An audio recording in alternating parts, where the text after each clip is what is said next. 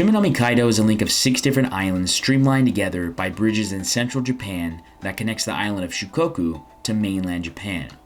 Shimanami Kaido is said to be one of the best places for cycling in Japan, with over 70 kilometers or 43 miles from one end to another with incredible views along the way. The 2 major access points where the Shimanami Kaido begins are the cities of Onomichi and Imabari. My journey began in Imabari. I took a ferry from the city of Hiroshima to Shikoku Island. I explored a little in Matsuyama before making my way back to Imabari. If you're planning to cycle across the Shimanami Kaido and do not have your own bike, there are multiple bike stores in both cities that offer pickup and drop-off options. I chose the Giant store in Imabari due to the quality of bikes they offer for cycling. I paid $150 US or 21,700 Japanese yen for a 2-day rental of a high-quality road bike, which included a helmet and also allowed for me to drop off in Onomichi. The Giant store in Imabari had a variety of bikes that you could rent, which included either electric-powered bikes or regular road bikes. I opted for the regular road bike because I wanted more of a challenge on the Shimanami Kaido. The first point to note is that for cyclists, the route is marked the entire way with a blue line, which makes it very easy for riders to follow and provides ample space. I had my Garmin watch for the trip so I could track my progress. Our itinerary was to make it to the middle of the 6 islands, Ikuchijima, explore the island, stay at an Airbnb, and continue our journey the day after and eventually make it to Onomichi. Our trip was in late March and the weather was superb, about 75 degrees Fahrenheit or about 23 to 24 degrees Celsius. As we began our adventure, we rode through town and observed the city life passing by.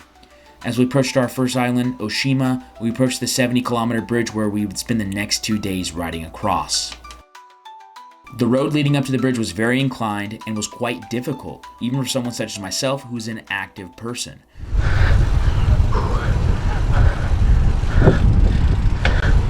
Konnichiwa.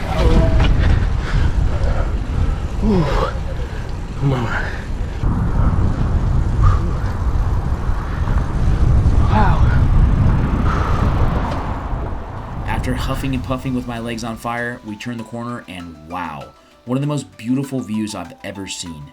Deep blue waters in the horizon, green luscious islands in the distance, contrasted with a big white, beautiful architectural phenomenon. The journey ventured on as we zoomed past traffic. The ride was consisted of straight paths, downhill slopes, inclined hills, and curves with stunning views. There are not many people living on the 6 islands on the route of Shimanami Kaido, which makes for more nature and Japanese countryside. Each bridge that connects every island has a different type of architecture, which made every turn and tide interesting. We stopped at a rest stop in the middle of the island of Ikuchijima, and in the rest stop there was a convenience store if riders needed to replenish supplies. There was also an ice cream dispenser, which was a perfect way to cool off as we enjoyed the beautiful Japanese landscape in the distance. We continued our trek through small Japanese countryside towns, observing the small town life. The pace of life in these Japanese towns is very slow, and a nice change from the bustling cities that sprawl throughout from metro to metro across Japan. We closed in our last island for the day where we would spend the night, Ikuchijima. We dropped off our things in the town of Setadachosawa, where our Airbnb was. We explored the town and made our way to the famous temple called Kusanji. When we stepped foot into the temple grounds, I was blown away. As we gazed up at the beautiful temples, my breath was simply taken away.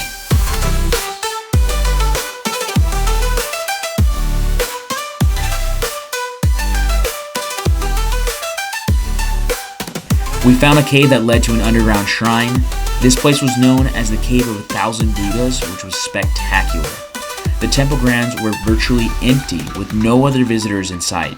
After treading the historic temple courtyard, we made our way down to the harbor to catch the sunset. It was the perfect end to a perfect travel day. We woke up next morning to a rainy drizzle. We knew it was going to be a challenge to get across the remaining islands in the rain. Thankfully, we had some raincoats and we were ready for this moment. The first day, we rode about 30 miles or 48 kilometers.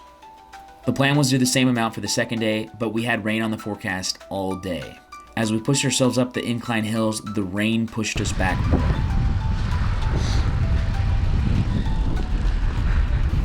A little bit different today. Rainy day. Kind of a little bit cold. We're still going. We got about 15 miles, which should be done in about an hour and a half. Yesterday was the most difficult. It took us about 3 hours. A lot of uphills, but beautiful, beautiful views. I'll never forget those views. And now we're heading through a town now. I believe the town or the island is Tototora or something like that. But I think we're heading to a bridge right now. The foggy distance of mysterious islands in the foreground made for an intriguing cycling day. The unforgettable views of this hidden Japanese gem made me appreciate the moment. After a long, tiresome day of pushing through the rain and contemplating quitting, we finally arrived at a ferry which took us across from the last island of Ikuchijima to the mainland Onomichi. We were completely soaked, tired, hungry, and cold. The giant bike store was close to the harbor where the ferry came in, and we walked there in a couple minutes. How was it? Crazy. Painful.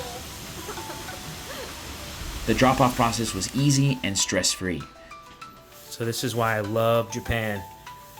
Right outside of the giant bike store here in Onomichi, there is a private shower, actually a couple of showers, and it's only 100 yen for a nice hot shower right after being soaked cold for hours and hours riding in the rain.